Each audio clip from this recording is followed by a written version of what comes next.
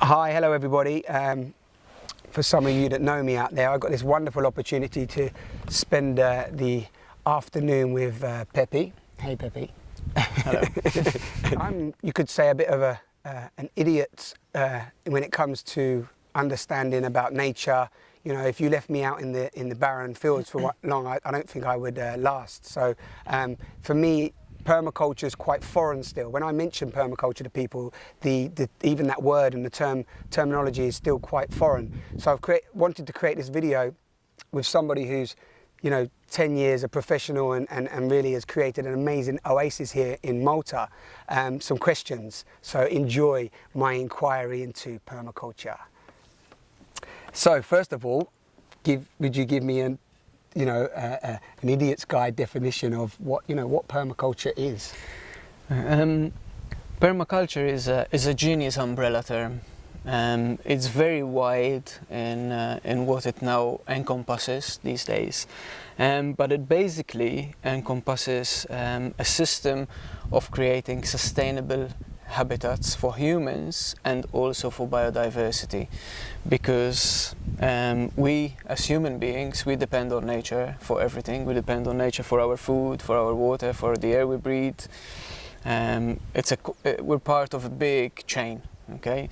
And nature is all integrated together. You can't really segregate, you know, you can't really say, oh, I just want to clean the air or I just want to clean the water without being in relationship to the forests, being in relationship to the soil, being in relationship to the climate, you know. So permaculture is a study of how we as human beings can be integrative in a productive system, such as how does nature produce, okay? And it's based on an understanding of this, but it's based on design. How does nature design? Okay? How does nature design a system that is productive, that is evolutionary, that is evolving, and that it doesn't degrade itself? Mm-hmm. You know, so it's always building on its natural resources. It doesn't deplete them. Which is, on the contrary, what we humans have been doing in our last modern societies. We've been degrading the ways and the systems of nature for creating artificial capital. Mm-hmm. Okay? Yeah. So we are using these lessons that we can deduct from nature in order to create systems that copy nature, that mirror the same framework which nature uses in order to design these. Yeah. And because they are human, they are man-made, designed by human beings, they are also more productive than in nature itself. So what am I saying? I'm saying that basically when we put a design for a community of people living on some land and they need to design their garden in order to sustain them, basically, in that design itself would probably go a lot more productivity than what you would find in a natural forest in terms of food, in terms of products that the yields would then be servicing those humans. Mm-hmm. You know, so this is why we say it's more productive than in nature itself, because then we can selectively choose the types of trees that we want to put in, yeah, and how these trees would fit in with attracting biodiversity and how we want to harvest the rainwater into the system. And all this. As I said in the beginning, it's an umbrella term. So it's not just about creating gardens and creating food systems, but it's a concept which brings in this same effect as mirroring nature in other areas, such as education. You know, how would we need to be educating the next generation in order to apply these lessons from nature into their lifestyle, you know? Yeah.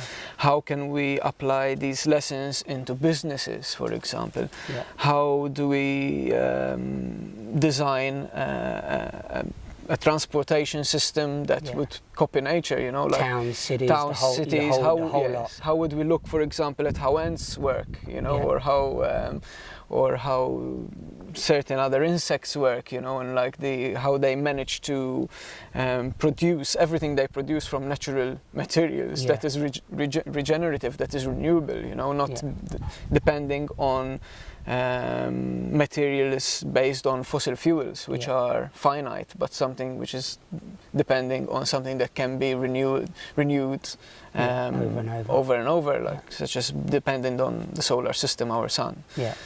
So actually, it's drawing the wisdom and the knowledge from what we're already a part of, but what we seem to have become quite ignorant to. Indeed. In terms of the way that we're depleting our resources. Indeed. Rather than renewing them, rather than living a sustainable lifestyle. Lovely description. So, you know, and also it's opened up how vast it really is, you know. So yeah, it can start, you know, small time for people in the garden and so on. But we're talking really, what would you say when I say like, talking really potentially what is needed for the continuation of our species?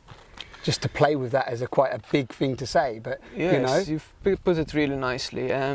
Even in terms of like what we've already knew, you know, like what have our ancestors been doing before we created this mess. So we learn and bring in these lessons from our ancestors and the tribes of around the world. You know, how did they manage to live in a natural cycle with nature, without destroying what they're actually dependent on.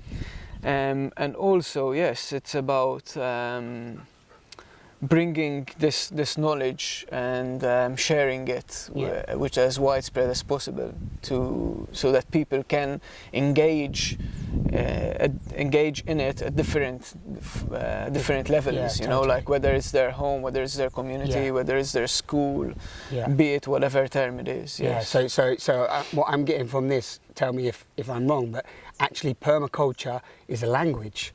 It's a language. It's a new language that we can embody and learn, and which will connect us to what we've already been experiencing. That's how I'm taking it. So you know, when I say that word permaculture, we're talking about language. Yes. In fact, I like to ask people who come on the courses, you know, like, what do you understand by the language of nature? Yeah.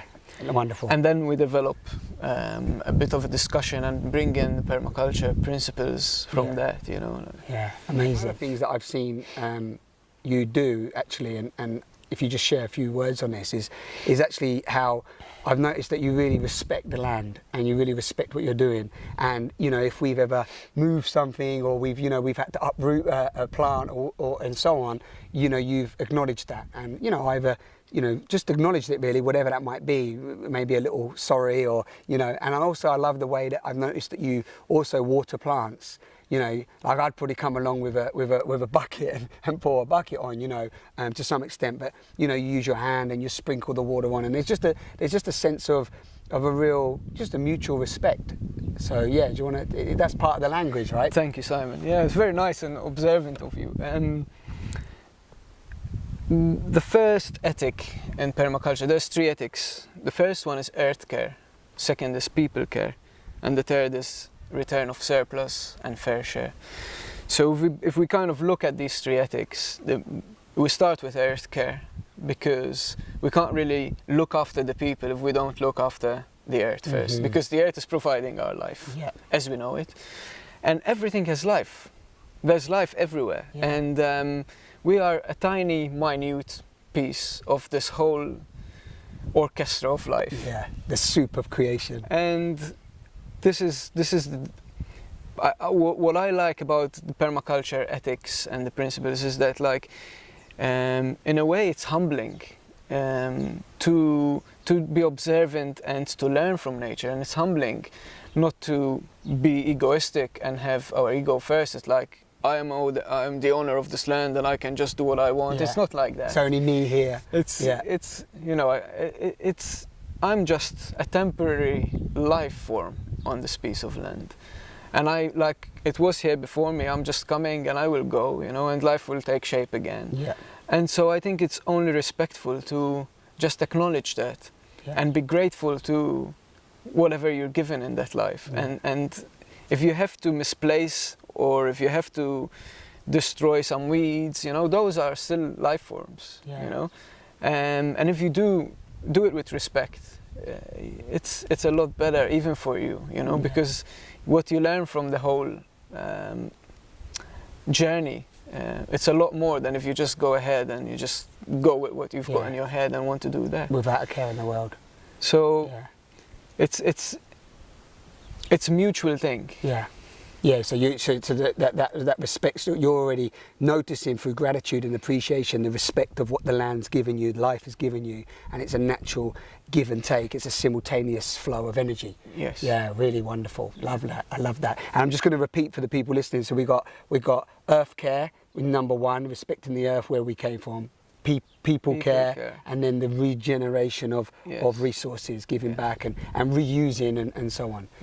Care. In a way, it's quite spiritual. Yeah. You know, you can put it that way. Yeah. Because when you look at the ethics themselves and you study them, it's bringing out the acknowledgement that life is sacred. You know, in all forms, life is sacred, and even if people from different backgrounds can use permaculture differently and have their different beliefs and still apply the design and the attitude differently, you know. So it doesn't belong to any religion, or permaculture teaching shouldn't really influence any beliefs, you know. It's universal. But it's at the basic of it is spiritual. Yeah. You know, because if you respect life, and if you also respect your fellow beings and you help other fellow beings by your work and by your teaching, then that is spiritual. Yeah, yeah, lovely. Yeah, I really feel that and appreciate that. So I think the last thing I'm just going to ask you, so you know, is that because you've spent 10 years building this amazing oasis for now people to come and visit and see and experience. It's almost like this is a prototype of what is possible as well, you know, which I love, to give people that awareness that are even thinking about permaculture. I suppose is through your experience with that in that 10 years, is it permaculture has brought that to you as well, or prior to that was you always quite a you know, in touch with nature, in touch with the land and so on? As you say, since your study of permaculture, has that really brought that, you know, that simultaneous respect for life? Yes, yes. I've always been, as a child even, I've always been attracted to natural places. You know, I've always like running into the valley or the beaches and building tree houses. But then you get people that come from a different background and they still like all of a sudden they sit for a course and then just this new amazing chapter opens in their life, and then they commit to a long-term, a few months internship, and they learn, and it still like brings in so much like remembrance, you know, like we've already got this, it's ingrained in our DNA, you know. We are natural beings, we're not made of plastic, we're not made of steel, we are natural beings. And so it touches everybody. Yeah. Really, it touches everybody. I haven't yet met one person who says no to the scrap, you know, it just doesn't make any sense. Yeah. And that's the beauty of it, that it can reconnect us back to nature, you know. It's a tool. You decide how you want to use it and to what scale you want to use it, but it will certainly bring some connection back. Yeah, I love that. I love that. What a wonderful, well, I feel like I'm just like, you know, through this conversation, I now have a deeper understanding. I hope you do. This is I'm also going to get Peppi again another time on to sit with me on the sofa, but this was really to bring some information and knowledge around permaculture. So I hope you enjoyed that. Take care, and thanks for watching.